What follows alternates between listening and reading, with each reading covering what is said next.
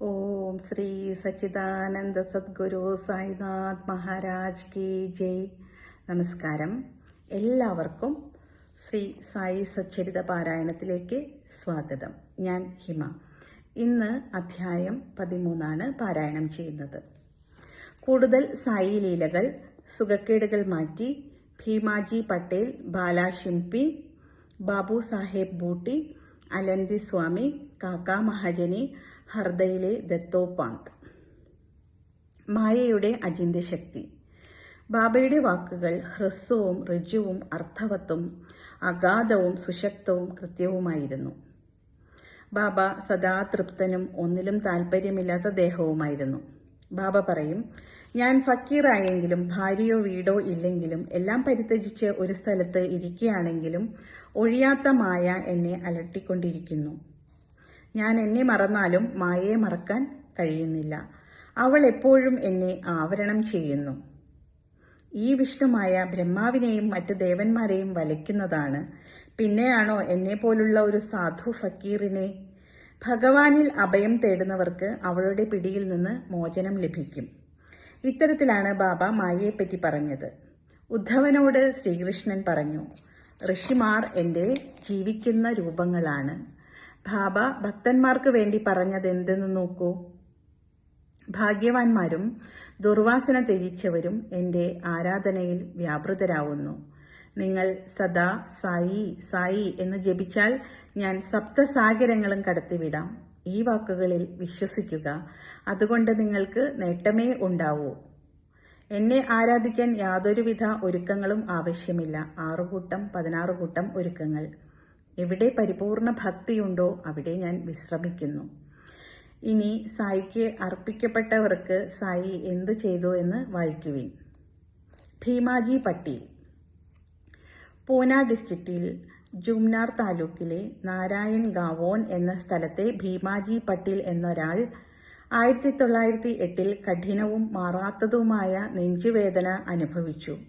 ഒടുവിൽ അത് ക്ഷയമായി മാറി പല ചികിത്സകളും ചെയ്തിട്ടും ഒരു ഭേദവുമുണ്ടായില്ല. എല്ലാ ആശയും നഷ്ടപ്പെട്ട് ദൈവത്തെ മാത്രം ഭജിക്കാൻ തുടങ്ങി. പ്രഭോ നാരായണ രക്ഷിക്കണേ എന്ന്. കാലം നന്നാവുമ്പോൾ ദൈവത്തെ ഓർമ്മിക്കില്ലെങ്കിലും കഷ്ടകാലത്ത് ദൈവത്തെ വിളിക്കൽ പതിവാണല്ലോ. അങ്ങനെ ഭീമാജി ഈശ്വരഭജനം തുടങ്ങി. അയാൾ ബാബാഭക്തനായ നാനാ സാഹിബ് ചന്ദോർക്കറെ കണ്ടു. ഇതിനെപ്പറ്റി ചോദിക്കാൻ ആലോചിച്ചു. അങ്ങനെ സുഖക്കേടിന്റെ എല്ലാ വിവരവും ഉൾക്കൊള്ളിച്ച് ചന്ദോർക്കർക്ക് അയാൾ ഒരു കത്തെഴുതി അഭിപ്രായം ആരാഞ്ഞു. അതിന് മറുപടിയായി ഇനി ബാബയുടെ കാൽക്കൽ ശരണം പ്രാപിക്കലല്ലാതെ വേറെ വഴിയൊന്നുമില്ലെന്ന് എഴുത്തും കിട്ടി. നാനാ സാഹിബിന്റെ നിർദ്ദേശാനുസരണം ഷിർദിക്ക് പോവാനൊരുങ്ങി. അയാളെ ഷിർദിക്ക് കൊണ്ടുവന്ന് എടുത്ത് ബാബയുടെ മുന്നിൽ കൊണ്ടുവന്നു വെച്ചു. നാനാ സാഹിബും ഷാമയും അന്നേരം അവിടെ ഉണ്ടായിരുന്നു. ബാബ അത് പൂർവകർമ്മഫലമാണെന്ന് പറഞ്ഞ് ആദ്യം ഇടപെടാൻ വിസമ്മതിച്ചു.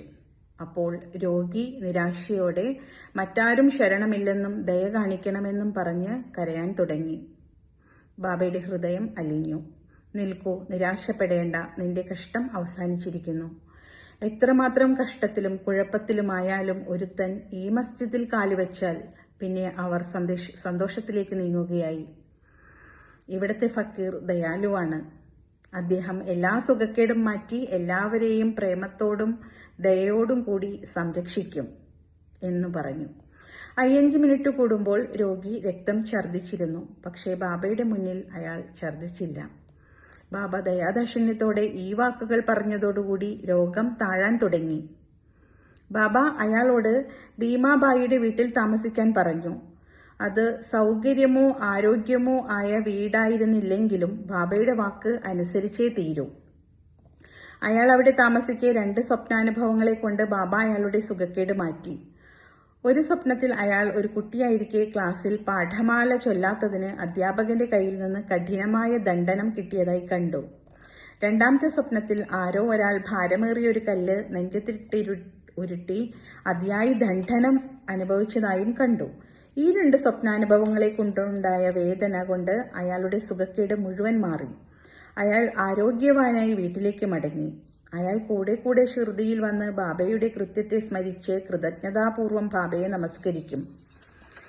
മഹാരാഷ്ട്രയിൽ സാധാരണ ജനങ്ങൾ അവരുടെ വീട്ടിൽ 2 ആഴ്ചയോ മാസത്തിലൊരിക്കലോ സത്യനാരായണ പൂജ നടത്താറുണ്ട്. ഈ ഭീമാജിയാണ് പുതിയ വിധം സായി സത്യവ്രത പൂജ സത്യനാരായണ പൂജയ്ക്ക് പകരം അയാളുടെ വീട്ടിൽ വെച്ച് ആദ്യമായി നടത്താൻ തുടങ്ങിയത്. ബാല ഗണപത് ഷിംപി. മറ്റൊരു ബാബാഭക്തനായ ബാല ഗണപത് ഷിംപിക്ക് മാറാത്ത ഒരു മലമ്പനിയായിരുന്നു. പല മരുന്നുകളും പ്രയോഗിച്ചിട്ടും ഫലമുണ്ടായില്ല. പനി മാറുന്നില്ലെന്ന് കണ്ടപ്പോൾ ബാബയുടെ അടുത്തേക്ക് ഓടി ശരണം പ്രാപിച്ചു. ബാബ ഇപ്രകാരം ഒരു അസാധാരണ ചികിത്സ പറഞ്ഞുകൊടുത്തു. ലക്ഷ്മി ക്ഷേത്രത്തിന് മുന്നിൽ വെച്ച് കറുത്ത നായ്ക്ക് തൈര് കൂട്ടി ചോറ് കൊടുക്ക്. ഇതെങ്ങനെ ചെയ്യണമെന്ന് ബാലന് അറിഞ്ഞില്ല. വീട്ടിൽ ചെന്നപ്പോൾ ചോറും തൈരും കണ്ടു. അത് ചേർത്ത് കുഴച്ചു ലക്ഷ്മി ക്ഷേത്രത്തിലേക്ക് പോയി. അവിടെ അതാ കറുത്ത ഒരു നായ വാലാട്ടി നിൽക്കുന്നു. ചോറും തൈരും നായ്ക്ക് വെച്ചു കൊടുത്തു. നായ അത് തിന്നതോടുകൂടി അതിശയകരമാം വണ്ണം മലമ്പനി മാറുകയും ചെയ്തു. ബാപ്പു സാഹിബ് ഭൂട്ടി. ശ്രീമാൻ ഭൂട്ടിക്ക് ഒരു ദിവസം വയറിളക്കവും ഛർദിയും പിടിപെട്ടു. അയാളുടെ അലമാര നിറയെ ഉണ്ടായിരുന്ന മരുന്ന് കൊണ്ടൊന്നും ഗുണം കിട്ടിയില്ല. വയറിളകിയും ഛർദിച്ചും തളർന്ന് ബാബാ ദർശനത്തിന് പോലും പോവാൻ കഴിയാതെയായി. ബാബ അയാളെ ആളയച്ചു വരുത്തി മുന്നിലിരുത്തി ഇങ്ങനെ പറഞ്ഞു, സൂക്ഷിച്ചോ, ഇനി വയറിളകരുത്. പിന്നെ ചൂണ്ടുവിരൽ ആട്ടിക്കൊണ്ട് പറഞ്ഞു, ഛർദി നിൽക്കട്ടെ. അതോടുകൂടി ഭൂട്ടിക്ക് സുഖമായി. ബാബയുടെ ആജ്ഞാശക്തി നോക്കുക. മറ്റൊരിക്കൽ അയാൾക്ക് കോളറ പിടിപെട്ടു. കഠിനമായ ദാഹം അനുഭവപ്പെട്ടു. ഡോക്ടർ പിള്ള പലതും ശ്രമിച്ചിട്ടും ഒരു ശമനവും കിട്ടിയില്ല. അപ്പോൾ ബാബയെ സമീപിച്ച് എന്ത് മരുന്ന് കൊടുത്താലാണ് സുഖപ്പെടുക എന്ന് ചോദിച്ചു. ബാബ പറഞ്ഞു, നാരങ്ങ, അണ്ടിപ്പരിപ്പ്, കാരക്ക ഇവ പഞ്ചസാര ചേർത്ത് പാലിൽ കഴിക്കട്ടെ എന്ന്. ഇത് സാധാരണഗതിയിൽ രോഗം വർദ്ധിപ്പിച്ച് രോഗിയുടെ മരണത്തിനിടയാക്കുന്ന സാധനങ്ങളാണ്. ഒരു ഡോക്ടറും അത് സമ്മതിക്കില്ല. പക്ഷെ ബാബയുടെ കൽപ്പന അനുസരിച്ച് ആ മരുന്ന് കൊടുക്കുകയും രോഗം അതോടെ മാറുകയും ചെയ്തു. ആലന്തി സ്വാമി. ആലന്തിയിൽ നിന്ന് ഒരു സ്വാമി ബാബയെ ദർശിക്കാൻ വന്നു. അയാൾക്ക് അതിയായ ചെവിക്കുത്ത് കാരണം തീരെ ഉറക്കം കിട്ടില്ലായിരുന്നു. ഒരു ഓപ്പറേഷൻ കഴിഞ്ഞിട്ടും സുഖമായില്ല. അസാധ്യ വേദന കൊണ്ട് എന്ത് ചെയ്യണമെന്നറിയാതെയായി. അയാൾ പോവാൻ യാത്രാനുമതി ചോദിക്കാൻ ബാബയുടെ അടുക്കൽ ചെന്നപ്പോൾ ശ്യാമ ബാബയോട് സ്വാമിയുടെ ചെവിക്കുത്തിന് എന്തെങ്കിലും ഒരു പരിഹാരം ചെയ്തു കൊടുക്കണമെന്ന് അപേക്ഷിച്ചു. ബാബ സമാധാനിപ്പിച്ചു പറഞ്ഞു, അള്ള അച്ഛാ കരേക, ഭഗവാൻ നല്ലത് വരുത്തും എന്ന്. സ്വാമി പൂനെക്ക് മടങ്ങി ഷിർദിയിലേക്ക് എഴുതി. ചെവിക്കുത്ത് മാറി, പക്ഷേ വീർപ്പ് മാത്രം ഉണ്ടായിരുന്നു.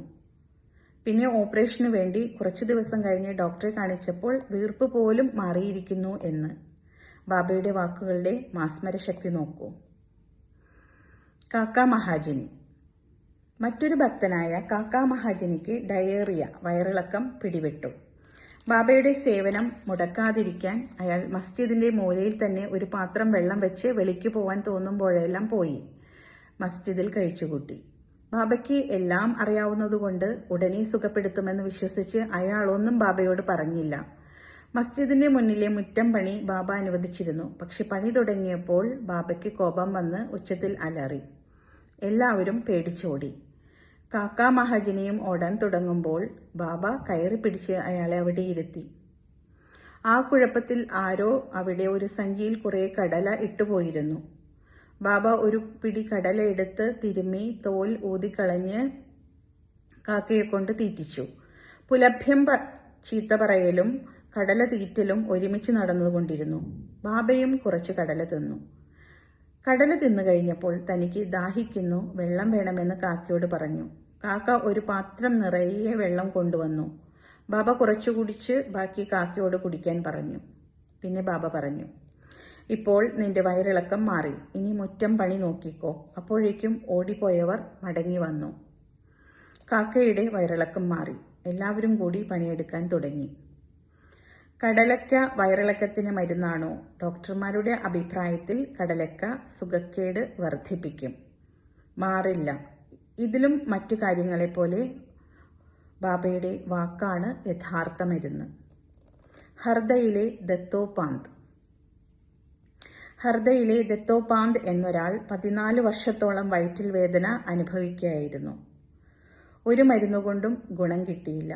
ബാബ ദർശനമാത്രയിൽ സുഖക്കേട് ഭേദമാക്കുമെന്ന് കേട്ട് അയാൾ ഷിർദിയിലേക്ക് ഓടി. ബാബയുടെ കാൽക്കൽ വീണു. ബാബ ദയാപൂർവം അനുഗ്രഹിച്ചു. ബാബ തലയ്ക്ക് കൈവച്ച് അനുഗ്രഹിക്കുകയും ഉതി കൊടുക്കുകയും ചെയ്തപ്പോൾ അയാൾക്ക് സുഖക്കേട് മാറി. പിന്നീട് ഒരിക്കലും ആ സുഖക്കേട് ഉണ്ടായില്ല. അധ്യായ അവസാനത്തിൽ 3 സംഭവങ്ങളും കൂടി പറഞ്ഞിട്ടുണ്ട്. 1. മാധവറാവു ദേശ്പാണ്ഡെക്ക് മൂലക്കുരുവായിരുന്നു. ബാബ അയാൾക്ക് സുന്നാമുഖി കഷായം കൊടുത്തു. അയാൾക്ക് സുഖമായി. 2 കൊല്ലം കഴിഞ്ഞ് വീണ്ടും വന്നപ്പോൾ അയാൾ ബാബയോട് ചോദിക്കാതെ അതേ കഷായം കഴിച്ചു.